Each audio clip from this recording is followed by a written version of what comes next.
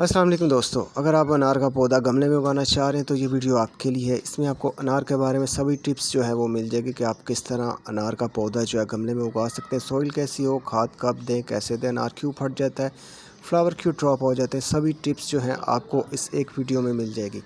तो चलें video start करते हैं। दोस्तों, जब पौधा फ्लावरिंग पे आया हो तो आपने क्या करना होता है कि उससे जो है लोग कहते हैं बिल्कुल पानी रोक दें, लेकिन बिल्कुल भी पानी रोकने का जो है वो ज़मीन के हिसाब से कहा जाता है, लेकिन आपने जो है बिल्कुल पानी नहीं रोकना। जैसे ही हल्की सी जो उसमें है नमी वो ख़त्म आपको लगे तो आपने लाजमी उसमें पानी देना, नहीं तो सारे फ्लावर ड्रॉप हो जाए। ये गोबर है जो कि तकरीबन 6 महीने पुराना है, ये आपके पास लाजमी होना चाहिए। इसका इस्तेमाल आपने कब करना है, अपने जो अनार के पौधे के ऊपर है। इसका जो आपने स्टार्ट लेना है वो आपने नवंबर के मौसम में जो है इतना गोबर जो है आपने अपने पौधे में डाल देना। इस पौधे की एज है 7 साल है और ये 24 इंच के गमले में लगा हुआ है। ये बहुत ही काम की चीज़ है। अगर आप नवंबर में जो है इस पौधे में जो है इस तरह गोबर रख देते हैं और 2 महीने तक जो है इसी पौधे में रहना चाहिए, यानी नवंबर और दिसंबर में जो गोबर से टकरा के जो पानी है वो पौधे को मिलना चाहिए। उससे बहुत ज़्यादा जो है फ्लावर आएंगे, जैसा कि मैंने आपको दोस्तों गोबर की खाद से हमने जो है 2 महीने ही काम लेना है, यानी नवंबर और दिसंबर में ये गमले में होनी चाहिए। उसके बाद जब जनवरी आ जाएगी तो उसके बाद हम केमिकल खादें यूज़ करेंगे। इसका जो रोल था यहीं तक है और ये यहीं तक जो हमें फ़ायदा पहुंचा सकता है। आगे अगर हम इसे गमले में रखेंगे तो ये हमारे पौधों को जो है नुकसान पहुंचाएगा। दोस्तों, गमले में जो पौधे लगे होते हैं उसकी मिट्टी में जो है ताकत नहीं होती। उसकी मिट्टी में ताकत लाने के लिए जो है हम केमिकल खादें यूज़ करते हैं।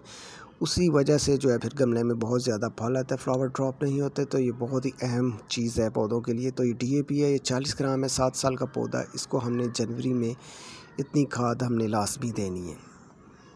दोस्तों, ये एनपीके है, किसी भी कंपनी की ले लें, कोई मसला नहीं है। कोई भी हो, 20, 40, 30 जो भी उस पर लिखा होता है उसका कोई रोल नहीं होता। तो आपने है कोई भी मिल जाए, इस चक्कर में नहीं पड़ना कि ये 20, 20, 30, 30, 40 इस तरह का कोई चक्कर नहीं है। तो आपने कहीं से मिले, कोई कंपनी की भी मिले तो आपने इस्तेमाल कर लेनी है, ठीक है। ये फ़ायदा देगी। मैं जो है फातिमा केमिकल्स की खादें यूज़ करता हूँ। जब वो नहीं मिलती तो फिर मैं कोई भी खाद जो है वो ले लेता हूँ किसी भी कंपनी की। दोस्तों, ये जिंक है, किसी भी तरह का हो सकता है, पाउडर शेप में भी हो सकता है, दानेदार भी हो सकता है। दानेदार वाला जो सस्ता होता है, पाउडर वाला महंगा होता है। मुझे जो दानेदार था वो मिल नहीं रहा था, तो इसलिए जो है मैंने ये वाला ले लिया। ये 2000 रुपये पर केजी मिला, महंगा है काफ़ी, लेकिन आपने ये नहीं इस्तेमाल करना। आपने जो दानेदार है वही आपने इस्तेमाल करना है। वो 300 से लेके 1000 रुपये केजी तक मिल जाता है। जैसी कंपनी होगी वैसा उनका जो होगा, क्योंकि जो दानेदार होता है वो आस्ता आस्ता मेल्ट होकर जो है पौधे तक पहुंचता है, उसकी जड़ों तक। ये जो होता है फ़ौरन पहुंच जाता है, तो ये नुकसान भी पहुंचा सकता है। ये बहुत तेज़ उससे होता है। मैं इसे रिकमेंड नहीं कर रहा हूँ।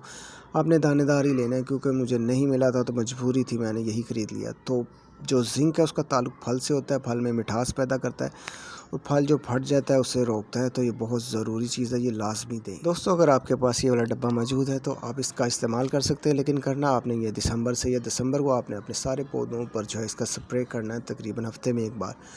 और इसके ऊपर देख लें क्या क्या लिखा हुआ है, ये चीज़ इसमें मौजूद है। अगर आपके पास ये हो तो ठीक है, इसके अलावा भी जो है आप इससे काम चला सकते हैं। मेरे पास ये मौजूद था तो मैं भी इसको कभी कभार इस पे स्प्रे कर रहा था, लेकिन ये जो है एंड तक पहुंच चुका है, मेरे पास भी ख़त्म होने वाला है। तो मैं आपको स्पेशल बता रहा हूँ, अगर आपके पास मौजूद है तभी जो है आप इसे अपने पौधे पे स्प्रे कर सकते हैं। वैसे स्पेशल इसे लाने की ज़रूरत नहीं।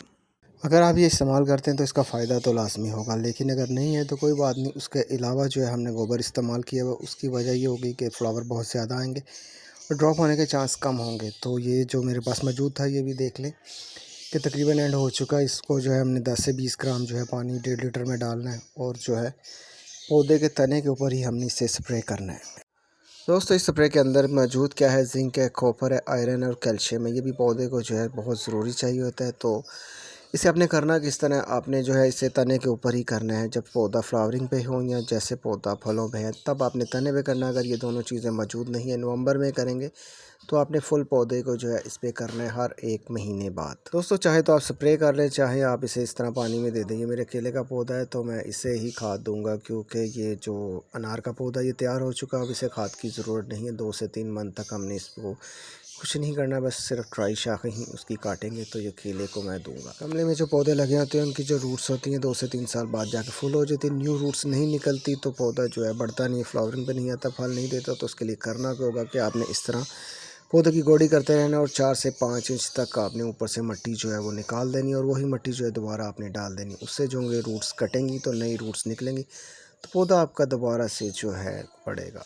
पौधों की जो बहुत ही सबसे अहम चीज़ है, मेन चीज़ है, वो मिट्टी है। मिट्टी आपकी जो है भल मिट्टी होनी चाहिए, जो कि रेत की तरह होती है, बिल्कुल नरम। हार्ड मिट्टी जो है बिल्कुल नहीं होनी चाहिए। अगर हार्ड मिट्टी होगी तो कोई भी आप खाद दे दें, कुछ भी कर लें, जो मैंने सब कुछ बताया, तब भी जो है फल नहीं लगेगा। अगर आपका जो पौधा है वो चिकनी मिट्टी में लगा हुआ है, तो मिट्टी आपकी देख लें इस तरह की होनी चाहिए। उसके बाद जो मैंने बताया वो सब कुछ आप करेंगे तभी फल लगेगा। तो ये बात आप याद रखिएगा। मिट्टी जो है बिल्कुल नरम होनी चाहिए, चिकनी मिट्टी नहीं होनी चाहिए, इस तरह की रेत जैसी मिट्टी होनी चाहिए, तभी जो है आप फल तक पहुँचेंगे। तो इस बात को आपने याद रखना है। एक बहुत ही ख़ास चीज़ जो मैं आपको बता रहा हूँ कि आपके पौधे का तना किस तरह का होना चाहिए। वो दो जो तने हैं वो इस तरह नहीं निकलने चाहिए। एक तना निकलना चाहिए ज़मीन में से और ऊपर जाके 4 से 5 फुट ऊपर जाके छतरी बननी चाहिए, तभी जाके जो है आपका पौधा खूबसूरत भी लगेगा, फल भी ज़्यादा देगा। साथ वाला जो तना था वो मैंने काट दिया, काफ़ी बड़ा था, तो हमें जो है एक ही तने को चलाना होता है। तो इस चीज़ का आपने ख़ास ख्याल रखना। अगर आप जो है इस तरह पौधा बनाएंगे जो देखने में भी खूबसूरत लगेगा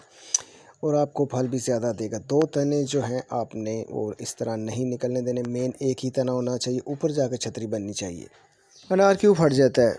जिंक की कमी से। जिंक क्योंकि मैंने इसे दिया तो ये जिंक की कमी से नहीं फटा। दूसरी वजूहत होती है जब बारिशें बहुत ज़्यादा हो जाए, पानी ज़्यादा मिल जाए, तब भी जो है अनार फट जाता है। तीसरी वजह जब गर्मी बहुत ज़्यादा हो जाए, फुल तेज़ धूप हो जाए, जो डायरेक्ट इसके ऊपर फल के पड़ रही हो, तब भी जो है फल आपका फट जाता है। और चौथी वजह जो होती है कि हार्वेस्ट करने का टाइम आ गया लेकिन आप अनार को उतार नहीं रहे, इसी वजह से जो है फिर वो पौधे पे लगा लगा ही फट जाता है। मैं वीडियो के चक्कर में था तो ये हार्वेस्ट नहीं किया, तो ये मई जून में आपने क्या करना होता है कि बारिशें तो हो नहीं रही होती और पौधा जो है बहुत ज़्यादा गर्मी को बर्दाश्त नहीं कर रहा होता है। ये ज़्यादा गर्मी को बर्दाश्त नहीं करता, ठंड को पसंद करता है।